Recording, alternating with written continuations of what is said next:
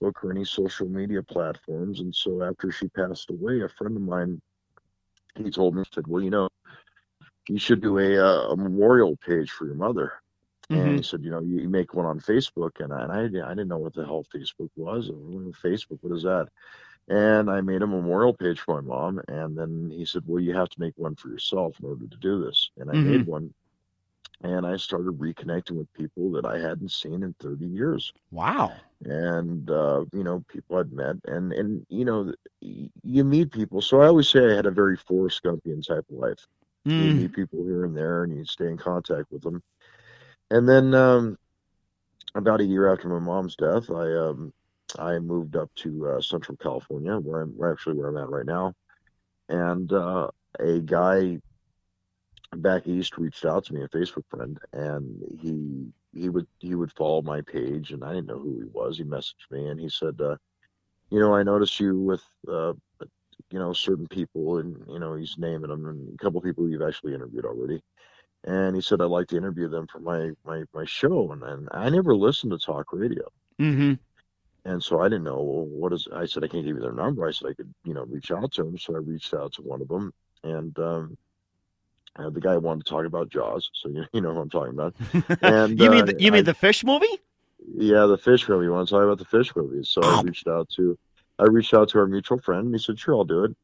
And then from that one meeting, I ended up, booking a lot of people I'd met, and then I met via people I met years ago. It was a very domino effect thing that happened. And so, my first outing as a producer was a radio program in New York, and I booked 113 interviews in like 32 days. And wow.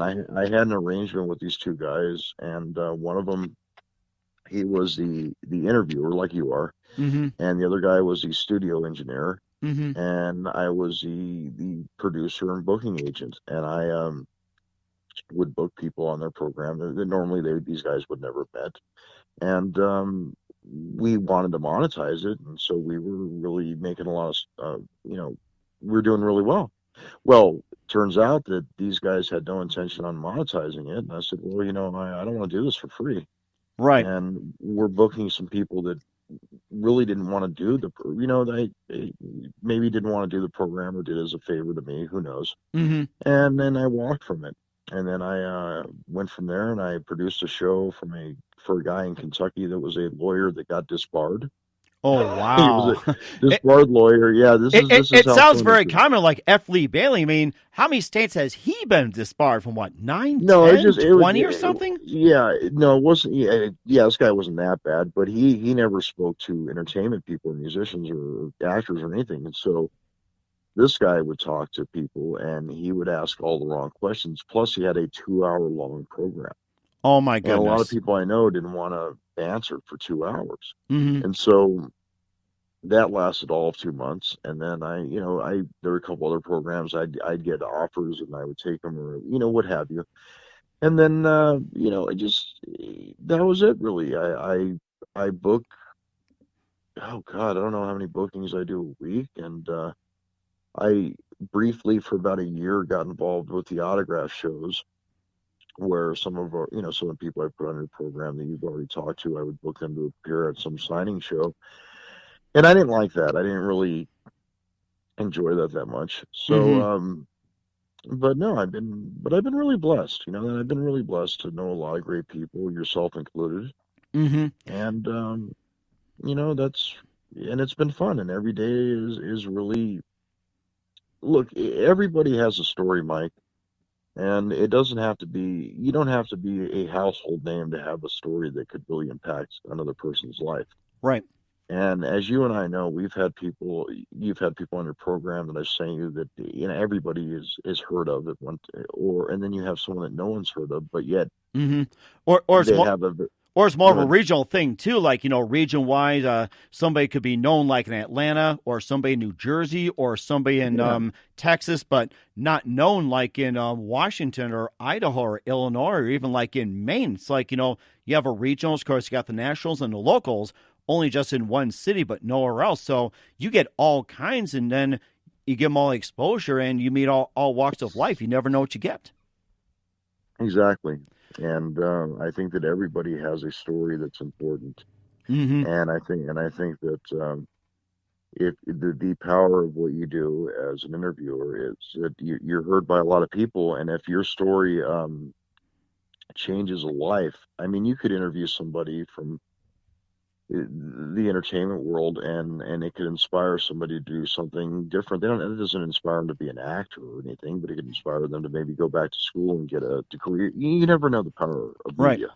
So, Right. And of course too, we've had authors on with life changing experiences, and of hmm course you also had celebrities that got involved into second ventures, which had become a business or something they enjoy, or you get involved with other people like singers who end up talking sports or something like that. It's like you never know of a mix too, and of course like with us here, it's like you never know. We could be talking baseball, football, basketball, hockey, or throw Beatles trivia out there to some people. exactly, yeah. So it's really, it all depends on, it's escapism. These shows are, Mm-hmm. when someone turns on the Mike Wagner show and they hear you, and they get to hear someone they haven't heard in many years, or they get to know a new person that they had never met.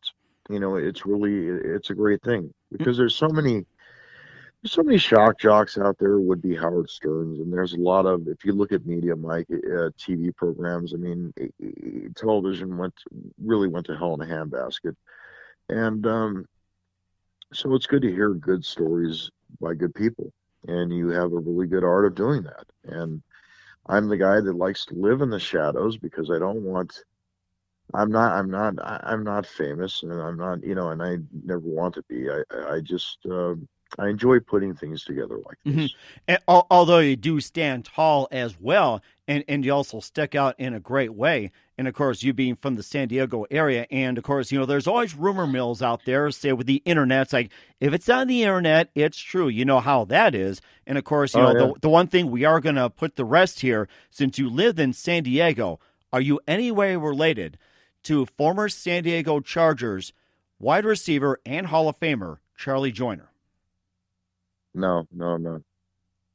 Okay. You really did you asked me that question right now, right? we just You, we you've seen pictures of Charlie Joyner, right? mm-hmm. Yeah, yes, we Okay, have. Of yeah. course, some people do get that impression. No, no, I'm not related to Charlie Joyner. I, No, no, no. I get some people asking me, it's like, hey, are you related to Robert Wagner? I said, absolutely not, because I have no idea who his wife is. That's the thing. I've never been around that type of Wagner, I'll tell you that. So that's one rumor mill I've thrown out a long time ago. And of course, I could see that happening. Yeah, the name, but right. no. Or you also have a Mike Wagner, which are getting very common these days. And I looked at all the Mike Wagners, like, what are they, 20 or 30 of them? And the only Mike Wagner we knew was back in 1974. He played safety for the Pittsburgh Steelers, and he was known to make two interceptions in that one Super Bowl. One of them was a key turning point in the Steelers winning. And I remember kids coming up to say, hey, you made that great interception. And I play along. I was a Packer fan, like, oh, thanks. And I just play along with it. So, I mean, you just get some people out there they'll recognize and whatever else and social media and everything. But, we talk about everything under the sun. And of course, you've had some great stories about yourself involving hockey and, just many other things, maybe just things outside of what you do. Outside of what I do, okay, yeah, what do I like? I don't know. It's funny. I love to go walking. I go on long walks, Mm-hmm. and weather permitted. I really had a life changing event happen of since May last year, 2018. I was in a horrible car accident, and I was crossing an intersection, and I got hit by a truck, a big truck, and I survived. And if you ever seen the photos of the van I was driving, it's like, how did this guy live through this? Mm-hmm. And so that really, and I should have been dead by all means. When you look at the photo of the vehicle, it's like, God, it looks like one of those, a can that had been crushed. It was hideous. And so when that happens, whether you believe in a higher power or whatever whatever it is, I know that mine didn't want me to die that day. And so it gives you a different perspective on things. Now, what that means is I don't get upset over minuscule things like I used to. Mm-hmm. So after surviving that wreck, things that would have upset me or bothered me, honestly, I don't really, I can't get upset about them because I could have been dead. I mean, Mm-hmm. I had to crawl out of the van. It was one of those wrecks, Mike. You see it when you're driving by, and like, oh yeah, someone probably died. Mm-hmm. And I remember when they towed the van, and the guy asked my friend, did he live? I mean, it was that, horrendous. And then 2 weeks, no, not no, 3 weeks later, I had three herniated discs. I was all banged up, and I remember I had booked an older talent to appear at a autograph show in Los Angeles, and I was driven down there because I had to sit with the guy all day and help him out. I booked him, and I remember just being in agonizing pain the whole time, yet wearing a suit and doing smiles and all that. So, And you're but that like, changed. oh no, give me some Advil. Oh, yeah, yeah, it sucked. It was awful. But I went through that, and then so I just live one day at a time, and I don't let things get to me anymore. And I can't. Life's too short. I mean, I've had skin cancer before. I lived through that. I survived this wreck. I mean, if we look at the pluses instead of the minuses, we'd actually be happier people. Mm-hmm. And and I've been lucky enough to meet some great people. You and I meeting, out of the blue. Mm-hmm. And it was all, because you invited me to like a show page. I remember that. And then we started talking, and then, about a week and a half later, you're talking to Sandy Helberg, and boom, off and running. And so it's I can't focus on the negative anymore. And that accident really shaped my mind, my whole. It changed my whole mind and opinion on things. It sounds like you really have amazing faith when you walked out of there too. Although you had three hernia discs and whatever else, it was just amazing faith that you had. And of course, you also figure too that God had you on this earth for a very good reason, and here you are.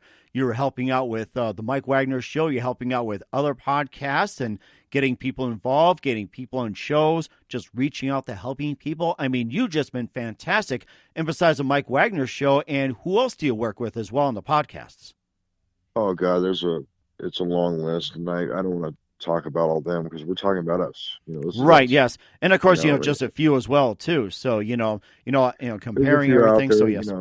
but we're no, we're yeah, we're promoting you. But the thing is that what was I saying, I just it's good to put things together. It's cool, and every now and then, do I expect a thank you? That's nice, but do I get it? Not always, but it doesn't matter because I know I put it together, and sometimes you don't need a spotlight to shine, if you will. Right. And I like working with people who really care about what they're doing. Mm-hmm. And you are one of those people that you really put your all into it, and you enjoy what you do. You enjoy it. And you have a great enthusiasm, and everybody I've ever sent to you has always said nice things about you. So that's a very cool thing. That. Um, Go ahead. will I'm I be sorry. doing this? Oh, no, that's okay. Will I be doing this forever? Probably. I mean, I I'm never going to do acting stuff again. That was over, at a very young age. But I think I'm going to keep going forward and doing this and building things and look at the progress you and I have made. And oh God, Mike, how many months has it been? 6, 7 months, I something like that. I can't remember. well, I can tell you Not even that. I can tell you exactly. I think we started around July, and this is around the time that my Mm, family and I were in the Black Hills of South Dakota. That was where Ron really? Dante got his start, 19 years old in Spearfish. And I remember that we were Yes. in Spearfish, and we loved that area so much. And my wife Serena was talking to me like, you want to move over here? And my son Sam was into fish and had a really nice fish hatchery. He goes, I like to move there. He goes, yeah, but the problem is we got to sell the house. I might get a job in radio and spearfish. I mean, it's not going to be that sudden. Maybe a second house, a third house, whatever. Maybe we'll get you maybe a fish house. We'll see what happens.